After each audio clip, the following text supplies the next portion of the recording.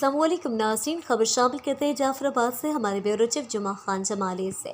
हर साल की तरह इस साल भी डेरा लायार के मोहतबरान और मुअज़्ज़िज़ीन शहरी इत्तेहाद के सदर अब्दुल सत्तार खोसा, ज़िला जाफराबाद प्रेस क्लब के सदर दानही बख्श मंगसी, कामरेड ज़हूर अहमद खोसा, शहर के ताउन से आंखों का ऑपरेशन का मुफ्त कैंप लगाया गया, जिसमें कराची से मशहूर मारूफ डॉक्टर अबरार हम्द के सरबराही में आंखों का मुआयना कर रहे हैं और बजरिया फैकुलेंस आंखों का ऑपरेशन किया जा रहा है, जिसमें सिक्योरिटी इंतजाम के हवाले से डीएसपी शमन अली सोलंगी ने हर जगह का विजिट किया और सिक्योरिटी अकामत सख्त कर दी है। बाहर से कोई भी बंदा बगैर चेकिंग के अंदर दाखिल न होने दिया जाए। जाफराबाद की पुलिस तैनात कर दी।